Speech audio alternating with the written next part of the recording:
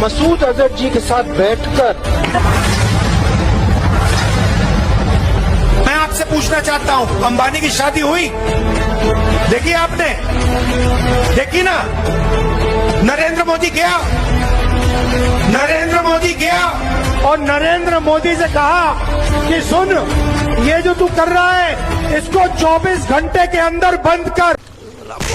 हमसे मिलने कोई आता है तो हम अपने घर में अपने छोटे भाई को बुलाते हैं ना, मिलो ये मेरे भाई, तुम मना तो नहीं कर देता ना? मतलब और दूसरी तरफ तो राहुल गांधी जी है जिनकी तो क्रेडिबिलिटी है। मतलब राम मंदिर के का न्योता मिलता है वहाँ तो जाते नहीं राहुल गांधी। आप क्या बात बोल रहे हैं? हाँ। आप उल्टी बात बोल रहे हैं। नेता विपक्ष होने के नाते राहुल गांधी 60 से 65% इस देश के वोट का रिप्रेजेंटेशन करते हैं। इसलिए इसका मतलब ये थोड़ा है कि 65 आपको मिल गए, आपको तो उससे कम मिले ना। ऐसा ना हो कि 100 हार हो जाएं और मजबूरी में भारत रत्न देना पड़े।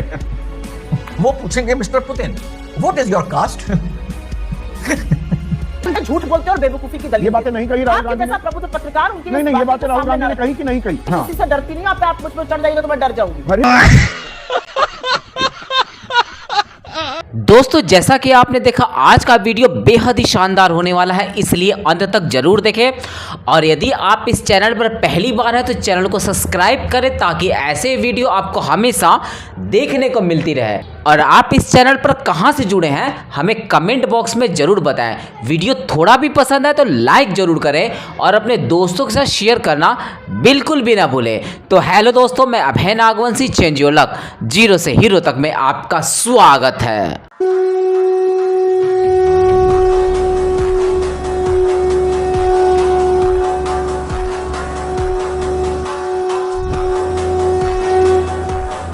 हमारे साथ ही अक्षय को मेल 10 पुलिस वाले अलग से लेकर गए हैं, उसके ऊपर अटैक किया है और उसको अभी भी मारा जा रहा है। हमारे साथ ही अक्षय को मेल पुलिस ने घसीटा है और उसके बूब्स को पकड़ा है।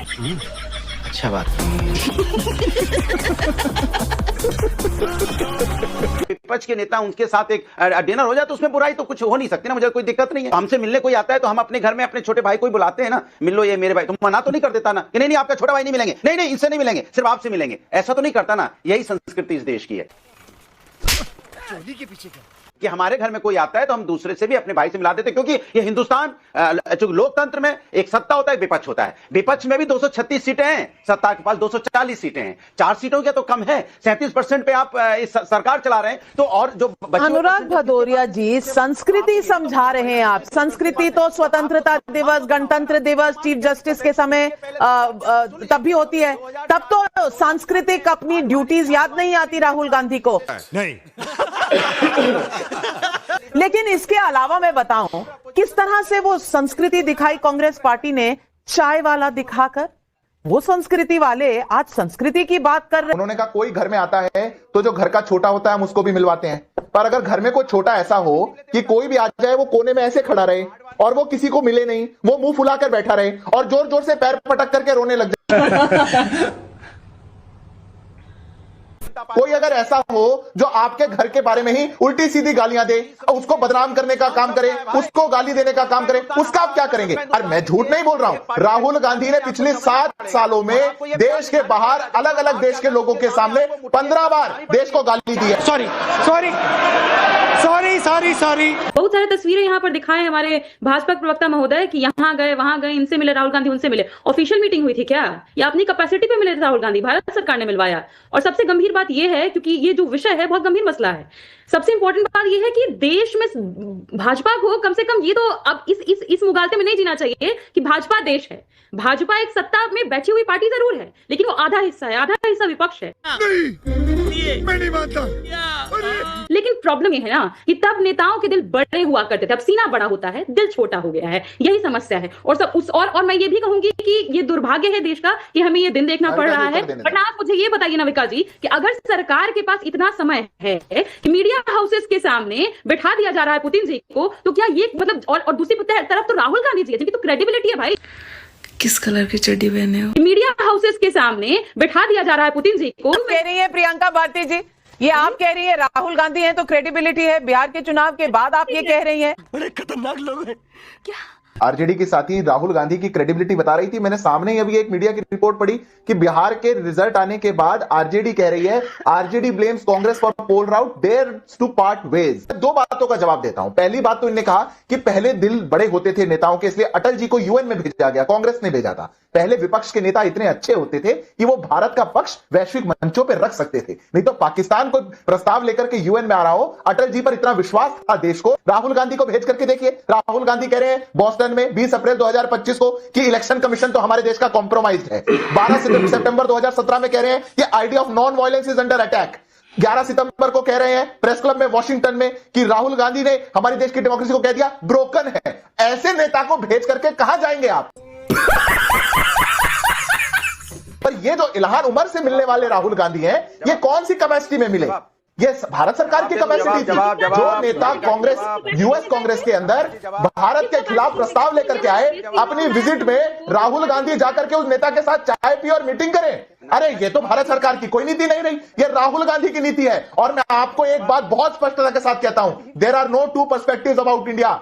एक ही पर्सपेक्टिव है, पुतिन आए या कोई भी दुनिया के नेता आए, भारत का एक ही पर्सपेक्टिव है, जो भारत की ताकत के अंदर भारत को दीमक की तरह खोखला करना चाहते हैं और बाहर जाके अपना झूठा प्रोपेगेंडा। बहुत सही। क्या बात है सर, क्या बात है सर, क्या मतलब राम मंदिर के का न्योता मिलता है, वहां तो जाते नहीं राहुल गांधी। यहाँ पर अगर नहीं मिल रहे हैं तो इतना इसको बात का बतंगड़ क्यों बना रहे हैं राहुल गांधी? मूर्खतापूर्ण दलीलों का मैं जवाब नहीं दूंगी, क्योंकि वो डिप्लोमेसी में मूर्खता की दलीलें देंगे, उस पर मैं अपना टाइम क्यों बर्बाद।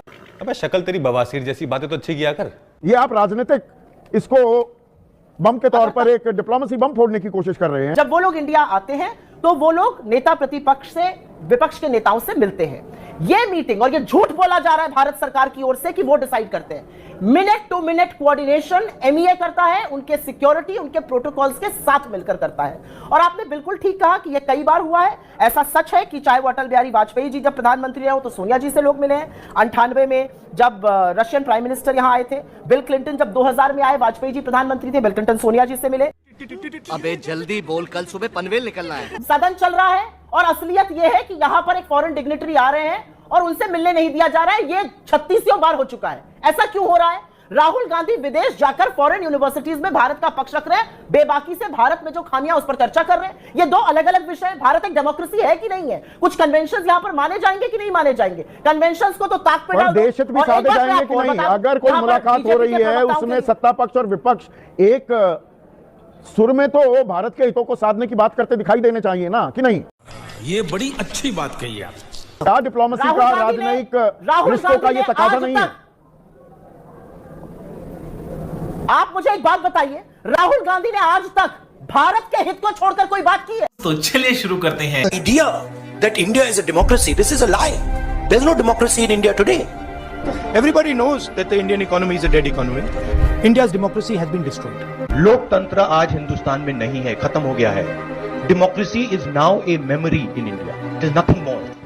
We are now fighting the BJP, the RSS and the Indian state itself. ये सब क्या देखना पड़ रहा है? अच्छा है मैं अंधा हूँ। राहुल गांधी ने आज तक भारत के हित को छोड़कर कोई बात, थोड़ी सी शर्म बची है तुम लोगों के अंदर तो डूब मरो चुल्लू भर पानी। अगर भारत में लोकतंत्र के ऊपर खतरा है तो उस पर बात करना राष्ट्र हित में बात करना है। वो बीजेपी को सूट नहीं करेगा, वो वोट चोरों को सूट नहीं करेगा, बिल्कुल बात करना है। अगर भारत की विविधताओं पर खतरा मंडराएगा, अगर भारत की माइनॉरिटीज के हक और हुकूक का खनन होगा तो बिल्कुल बात करनी चाहिए। और वो राष्ट्र हित है, वो देश प्रेम है और ये देश प्रेमी कर सकते हैं, आरएसएस के चिंटू लोग नहीं कर सकते। आप एक पार्टी का एक छत्र राज रखिएगा और फिर बेवकूफी की दलीलें दीजिएगा तो वो सुनने के लिए तो देश का विपक्ष भी। और जाते जाते एक बात और कहूंगी, प्रधानमंत्री मोदी भले 30-35% का रिप्रेजेंटेशन करते हो, नेता विपक्ष होने के नाते राहुल गांधी 60 से 65% इस देश के वोट का रिप्रेजेंटेशन करते हैं। तो उनका सम्मान, उनका निजी सम्मान नहीं है, इस देश के लोगों का सम्मान है। अगर 35% था प्रधानमंत्री मोदी या बीजेपी को वोट मिले, इसका मतलब ये थोड़ा है कि 65 आपको मिल गए, आपको तो उससे कम मिले ना। वो राहुल गांधी को एंडोर्स थोड़ा कर रहे थे, वो प्रधानमंत्री मोदी को एंडोर्स नहीं कर रहे थे। ये बात सही है आपकी। आप क्या बात बोल रहे हैं? हाँ। आप उल्टी बात बोल रहे हैं। अच्छा।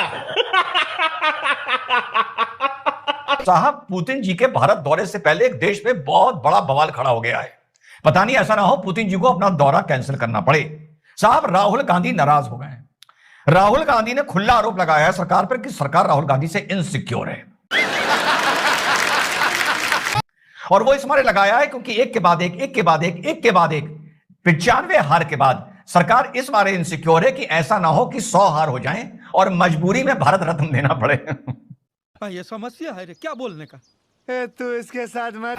तो सरकार क्यों इनसिक्योर है, क्यों राहुल गांधी नाराज हैं, क्यों पुतिन का दौरा आखिरी मौके पर खतरे में पड़ सकता है, क्योंकि पुतिन ने कहा है कि अगर आप राहुल से मुझे नहीं मिल पाओगे मैं नहीं आऊंगा।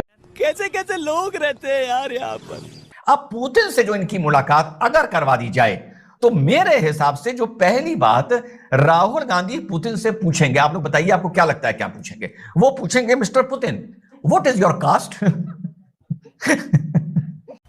मजा आया, और मैं ये जो मजा है हिंदुस्तान के हर व्यक्ति को देना चाहता हूं। आपकी कास्ट में रशिया में कितने लोग हैं, वहां पर क्या जो पिछड़े हैं वो जितनी जिसकी आबादी उतनी जिसकी भागीदारी, क्या आप इसमें यकीन करते हैं, वगैरह वगैरह ये पूछेंगे। और एक बड़ा इंपॉर्टेंट सवाल पूछेंगे पुतिन से कि पुतिन जी ये बताइए जो यूएसएसआर का डिसइंटीग्रेशन हो गया था, यूएसएसआर टूट गया था, 1 दर्जन 1.5 दर्जन टुकड़ों में बट गया था, उसके पीछे की असली कहानी क्या थी, उसका राज क्या था, उसका फॉर्मूला क्या था?